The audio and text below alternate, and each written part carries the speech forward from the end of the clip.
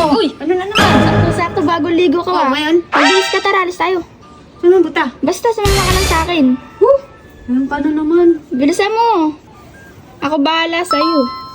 Sure? Yes. Saan ba tayo pupunta? Basta sumama ka lang. Oh, sige, magsusuklay lang ako. Yes. Magbihis daw ako, hindi ko alam kung saan ako dadali ng kapatid kong magaling. So, eto na yon, nakabihis na tayo. Ganyan lang, ganyan. Okay na yan, tara na, let's go! Excited na mi. Kung saan ako dadali ng ate Kat, yung malay niya, ilibre niya ako. At paglabas ko nga ng kwarto ko, dali-dali kong hinanap si Ate Kat nyo. Wala nga siya sa bahay namin at sabi nga ni tatay nandito nga daw sa bahay nila Kuya Gab nyo. Pinagbihis mo ako para lang pala maging alaga dito. Bahala ha? Ikaw pala bahala. Bahala pala mag-alaga. Matulog bata.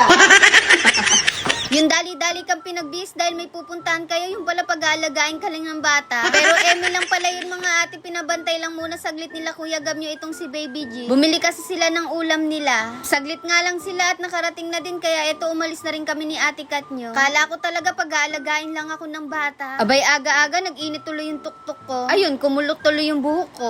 Ayun, kulot na talaga yung buhok mo. At pamaya-maya nga lang mga ate, nandito na nga kami sa may Malolos. Dito nga daw niya ako dadalhin. Abay nararamdaman ko na mukhang ipag-shopping ako nito. Kaya yan habang patawid kami, excited na ako. Tinanong ko pa nga ulit siya kung saan niya ba talaga ako dadalhin. Basta't sundan ko lang daw siya. At ayun, nagpatiunan na nga. Wag nga daw ako mag-alala dahil siya yung bahala. Hindi naman daw niya ako ililigaw. Abay parang malilibot na nga namin yung mall. Hindi ko pa alam kung saan ako dadalhin. At ayun, pamaya-maya tuwan-tuwa na. At eto yung tinuturo yung mang inasal. Wala nga akong ganang kumain ngayon kaya ayoko. Kaya sabi ko tara umuwi na tayo. Pero ang sabi niya ate napakadaming nagre-request nito. Abay hindi mo ba pagbibigyan yung mga followers mo? At ayun wala na naman nga nagawa si ate ayan nyo kaya ayun pumayag na rin. Pero hindi tayo sa mang inasal kakain. Dito nga tayo nalipat sa may Bonchon. Paano ba naman sobrang dami talagang kumakain kanina doon. Punong-puno nga. Abay baka hapon natirik na yung mata namin di pa kami nakakain. Natapat din kasi rush hour. Dito sa may Bonchon madami din namang kumakain. Pero kahit papano nakahanap pa rin kami ng upuan. At eto naka-order na rin tayo. 2-piece chicken nga lang pala in-order namin dito with price. So paano mga ate tara kain na tayo. Gutom na talaga kami. At unang kagat first bite.